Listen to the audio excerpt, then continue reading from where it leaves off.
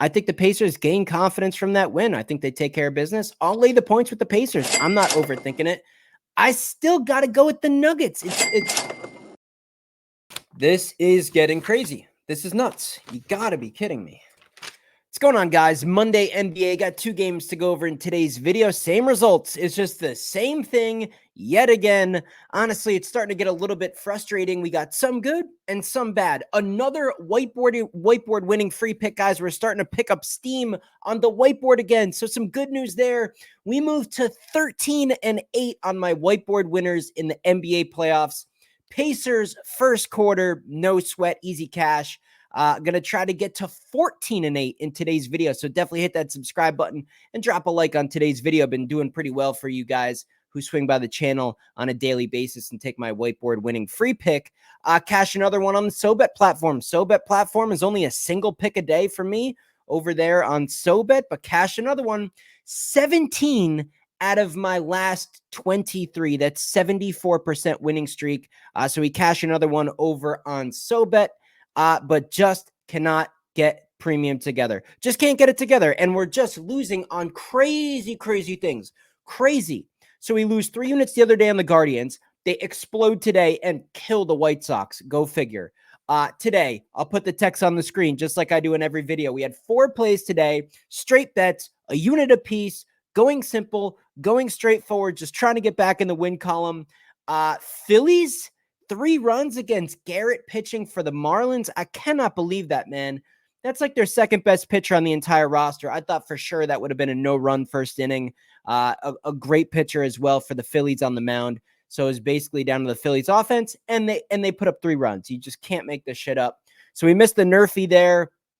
0-1 in the MLB today. Cash with the Pacers, easy. I mean, I went 2 for 2 on my spread predictions. I got both NBA games right, and somehow I still had a losing day in premium.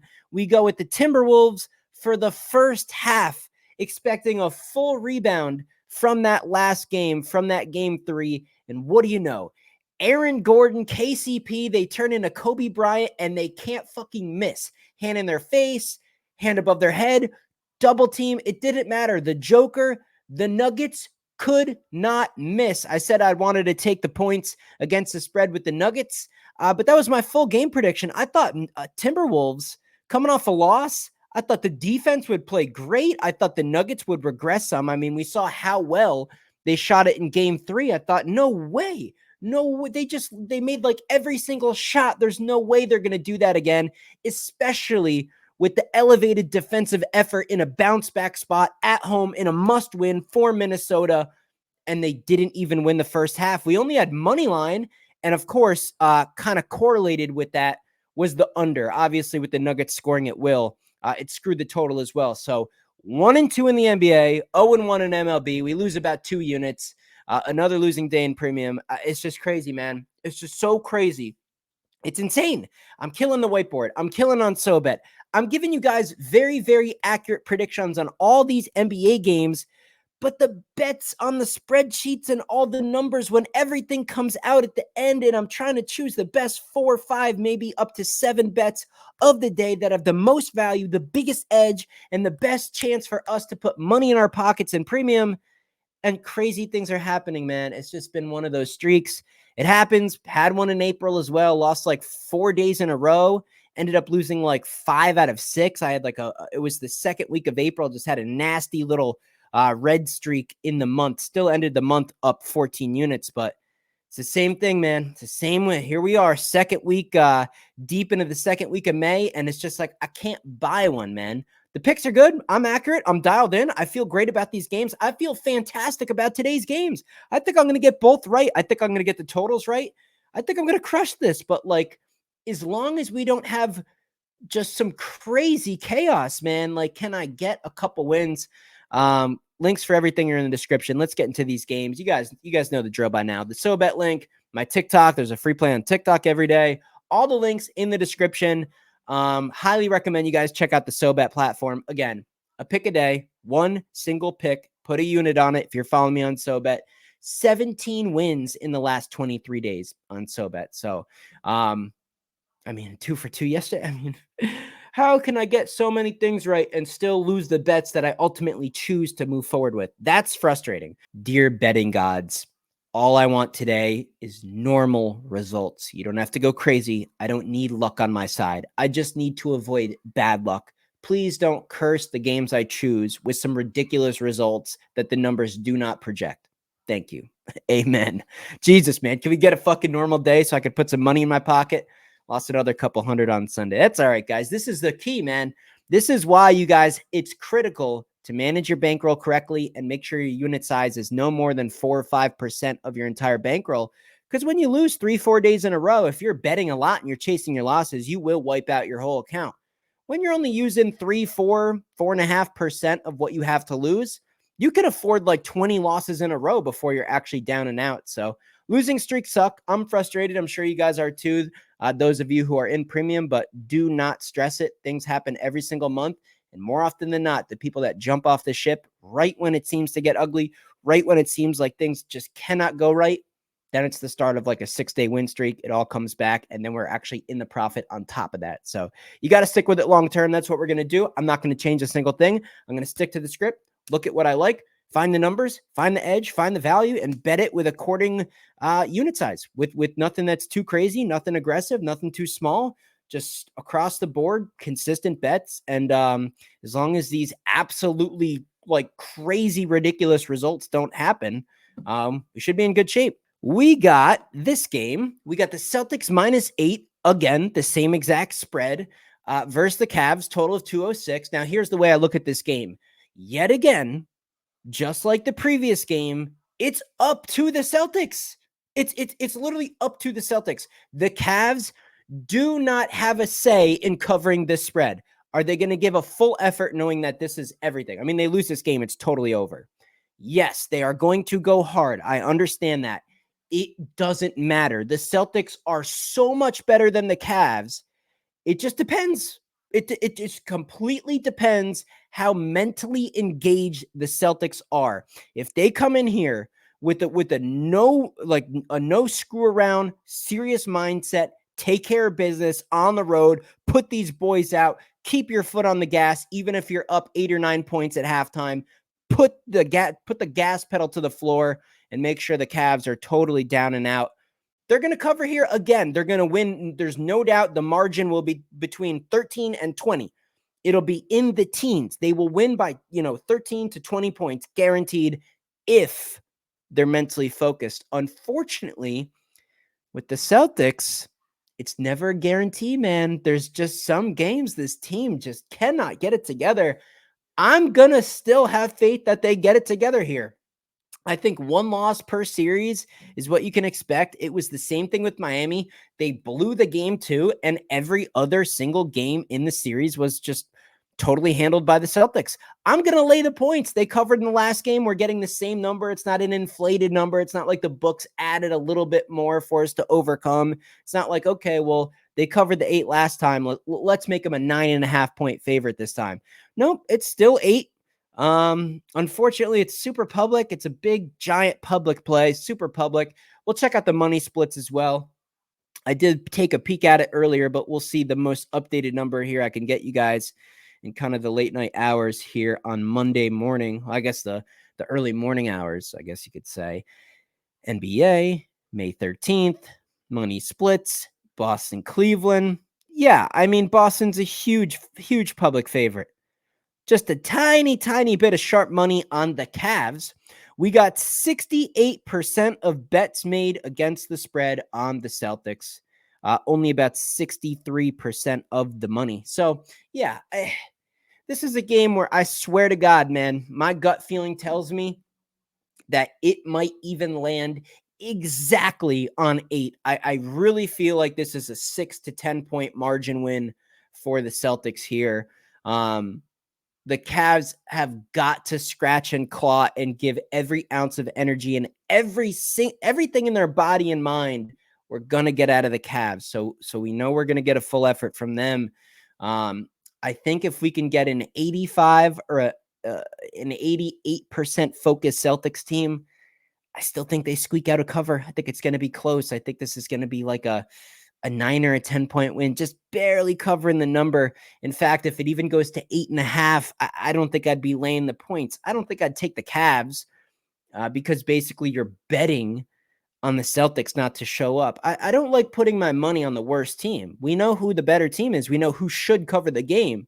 This game is a gamble on who's going to show up mentally. And I'm going to assume the Celtics are going to be somewhat focused here. They don't want to lose this game because then they have to go back to Cleveland and they just don't want to deal with that nonsense. So I think they're focused. I think they get the job done. Maybe it's a sweat. Maybe it's within a bucket of the number here. I'm going to lay the points and I'm going to lean over the total. I do expect the Cavaliers offense to improve a little, man. They got to attack more. I think they're going to run faster pace. And at the same time, we still have a couple of like pretty subpar games from Derek White, Pritchard. I mean, there are some role players for the Celtics that could absolutely do better than they have in the last 2 games. And Jason Tatum and Jaylen Brown seem to have it going. So those guys will get their buckets. And if we can get some threes falling from Horford, we can get Derek White maybe dropping like 17 in this game. I think the Celtics will have no problem going over that mark of 110 or so. And then if we could just get a little bit from the Cavs on the back end, maybe get around 100 points from the Cavs, I think this thing's going to go over. I think this thing's going to get over 206 points. The only thing that's a little bit scary, if it is a blowout, if the margin is extended, we all know what happens in those last 4 or 5 minutes. Even if it's not the bench players, just the way they dribble out the entire shot clock, throw up a crappy fadeaway 3-pointer contested, miss it, other team gets a rebound, dribbles down the court, uses up the whole shot clock, maybe not get a bucket. So the offense really seems to dry up here. There's definitely better angles to play this game than the full game in terms of the total, and those angles might make my premium card today. Let's get to the next game here. This next game, super interesting. We got to have some offensive regression for the Thunder. They've got to play better offensively. SGA, he's just fine. He's going to get his. He's going to drop 30 plus. I have no doubt about it. But Dort, Williams, I mean, I think even Holmgren might be in for a big game here. I think we're going to get some positive regression offensively from the Thunder. I think they're going to score pretty good in this game. What concerns me is just their lack of size overall. They got some stocky guys, some strong guys, some good fundamental guys, but they just don't have the length. They got one guy that can compete, but Lively, Washington, even Luka in there, man. I still like the rebounding edge and the overall size of the Mavericks, and that's a little bit of a concern here. I'm going to lean the Thunder, though. I'm going to lean the Thunder to get the win here. I think offensively they're gonna find a way here. And really, last game, man, the Mavericks totally bailed out by Washington. He turned into Kobe, man. He couldn't miss. And he's not going to do that again. No way. Is he going to bang a shot or two? Sure. That's fine. It's normal. He's not going to go completely off. I mean, he couldn't miss last game. And he made some shots at like really important times. We could see a big game out of Luka. Kyrie, as soon as you get to the fourth quarter, he's a different animal. Always scary. Needing a win against a team that has Kyrie. As long as this thing is close, it's just going to be who has the better clutch shooters. And the Mavericks have 2, and OKC really only has 1. So I guess you could say a little disadvantage towards the end of the game. I would point towards the Mavericks. They have home court, and they have 2 clutch guys in Luka and Kyrie. A little bit scary, but let's pull up the money splits and see where the money's at in this game. I would assume OKC is kind of a public play here. Maybe not. What do we got? What is this? No, I don't want your offer. Wow, I'm a little bit surprised. We definitely have some sharp money on Dallas. It's not alarming. The money line, though, is extremely alarming in terms of if you're a Dallas bettor. So let's go over the spread first. In terms of the spread in this game, we're looking at only 48% of the tickets, less than half of the bets placed against the spread on this game are on the Mavericks. More than half the money, about 54%. A little bit of sharp action on the spread for Dallas. But with a spread of just 1 or maybe 2 points, depending on the book you're looking at, I think everything is either 1 or 1.5 across the board, though, by now. All the action is going to be on the money line. I think a lot of people are just betting the money line here, and OKC is where the money's at. 74.9% of tickets on the money line are on the Thunder and almost 80% of the money.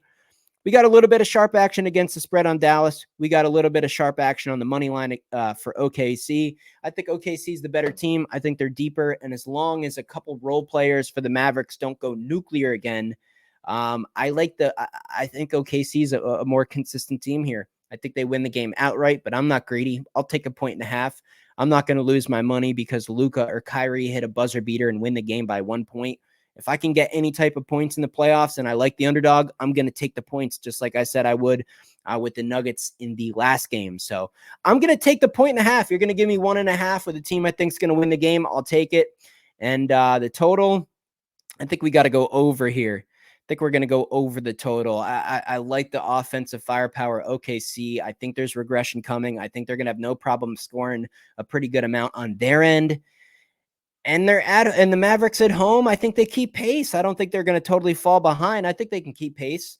I think they can jack up some shots. We might have also a scenario where if the margin, regardless of what team is up at the end of this game, it's going to be close enough to where I think fouling will come into play maybe in those last 45 seconds to a minute and a half. So I think we'll get a couple extended possessions in just the last minute of the game. The losing team fouling the other team, doing the free throw thing, trying to make a shot, foul them again, kind of extend the game, kind of like they do in college basketball. I think we might see that in this game, get us a couple more baskets at the end of the game and maybe get us over the hump if we need it.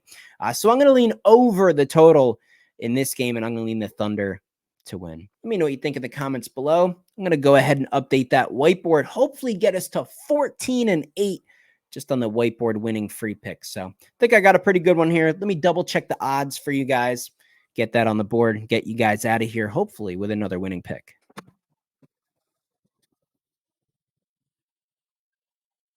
I'm going to go with the first quarter under for this Dallas and OKC game.